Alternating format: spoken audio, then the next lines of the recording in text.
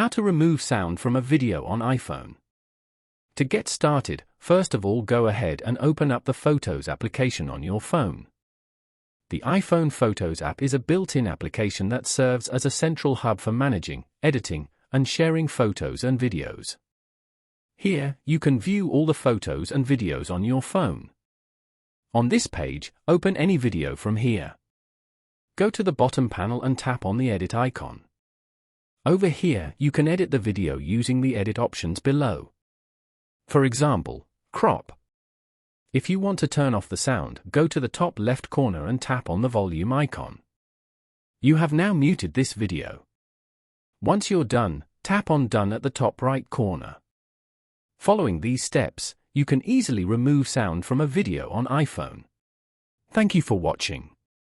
Please leave a like if this tutorial helped you, or leave a comment below if you have any questions related to the video.